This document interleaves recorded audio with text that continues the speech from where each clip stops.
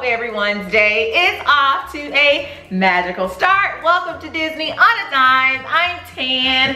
This is my husband Eric, and today guys we wanted to stop in and first off give you guys a huge big shout out, an extremely big thank you for all of the feedback that you guys left on our last video. If you have not seen that video, we will be sure to leave the link below, or you may see it floating somewhere up in the eye. All right, so on that last video guys, we kind of talked about some of the shortcomings that have kind of come about with Universal Studios Volcano Bay, the long-awaited Volcano Bay. Unfortunately, guys, in the news, on the web, Volcano Bay has been met with not so favorable, feedback. Yeah.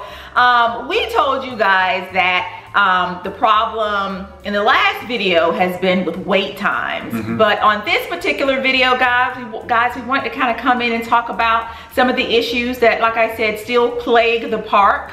Now it's the wait. Yeah, and we're gonna get to that. But before we do, I think we have to clear up some misconceptions about our channel. So a lot of great feedback, a lot of good constructive criticism. The one thing I would say that would kind of threw, I think, both of us off.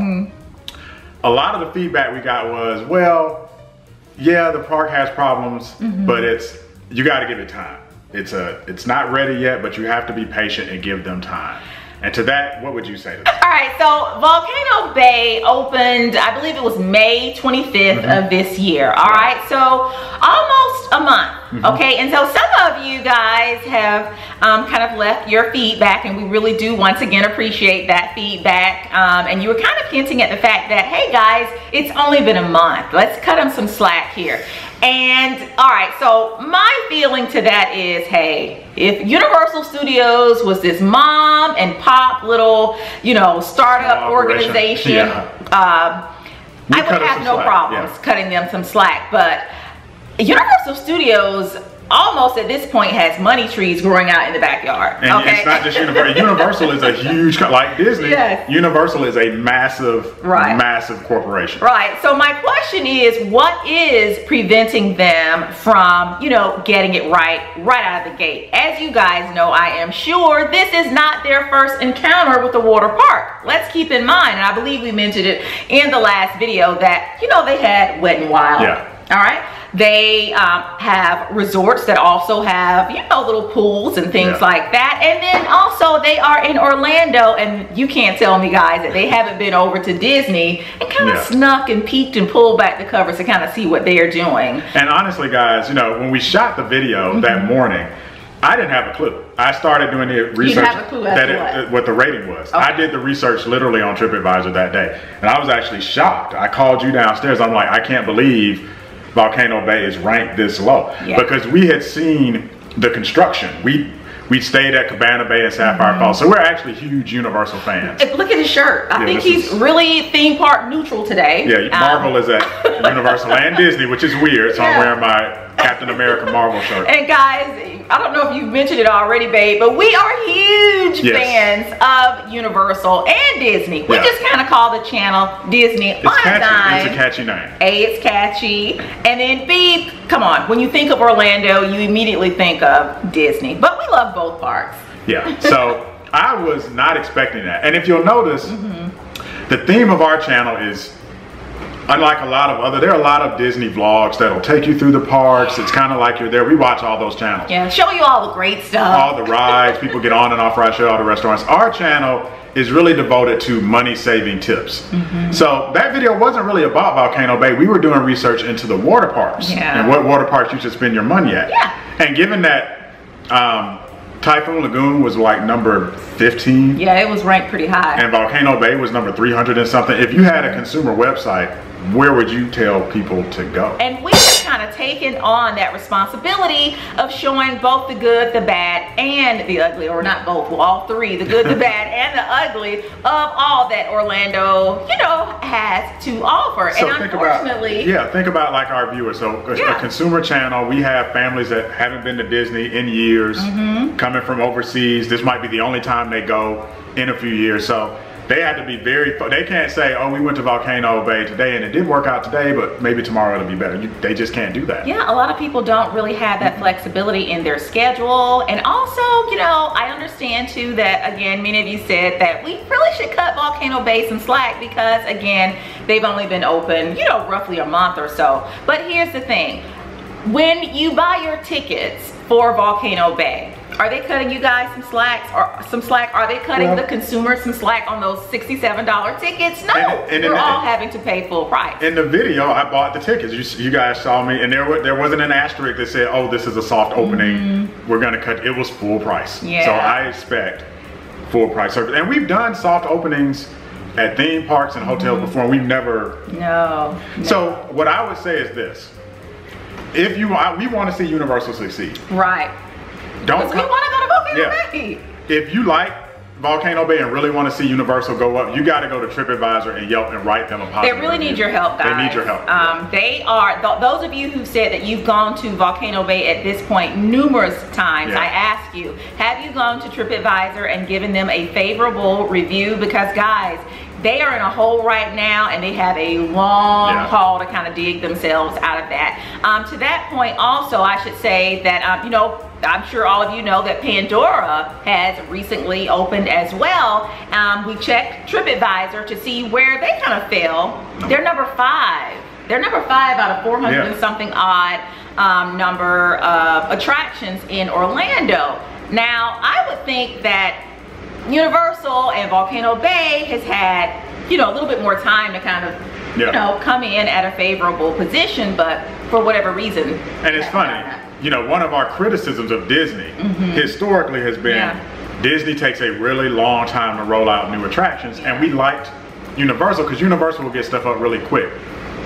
But in this situation, it seems like Universal rushed it. Yeah. And Disney took a long time to put up Pandora. Oh yeah. But Pandora's number 5. And Volcano Bay is number in the high 300s. Right, and so to that I say, those of you guys who've been kind of saying, you know, we need to cut up some slack, but you know, I think Universal and Disney, they are really 2 huge corporations. And so if Disney is able to get Pandora up and come in at number 5, I think, you know, we should hold Universal to the same standards, right? But again, we love Universal, but this is, again, Disney on a dime. We really want to help and show those of you who may not go to Disney or Orlando as much as we do, how you can kind of, you know, watch your money. And if you want to see some videos about our love for Universal, we've done a few. We did a video about if you've only got 3 days in Orlando, what would you do?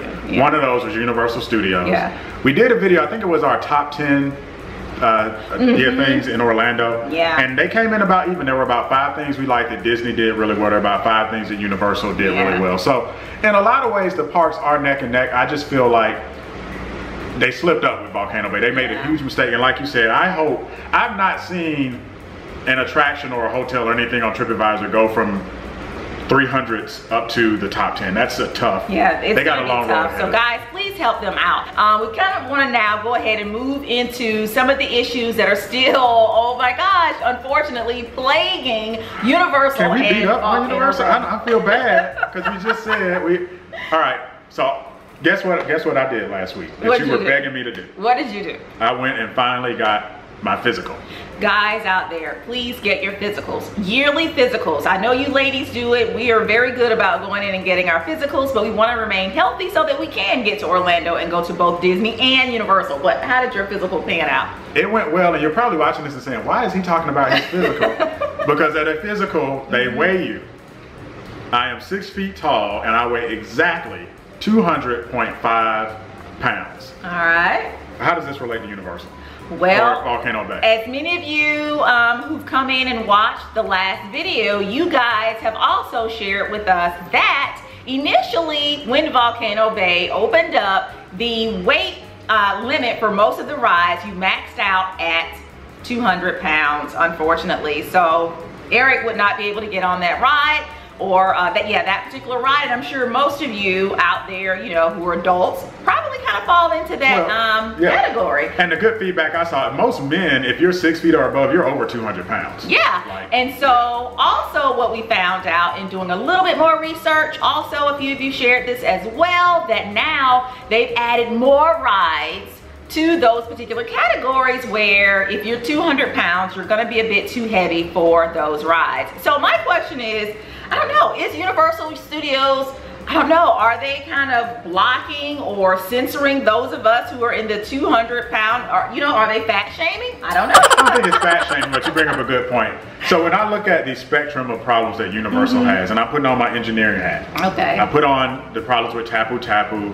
The 200 pound weight limit, that's a design flaw. I guarantee you they did not design those slides for a 200 pound weight limit. When you look at the American population and what we weigh here in the States, you're Xing out a lot of folks.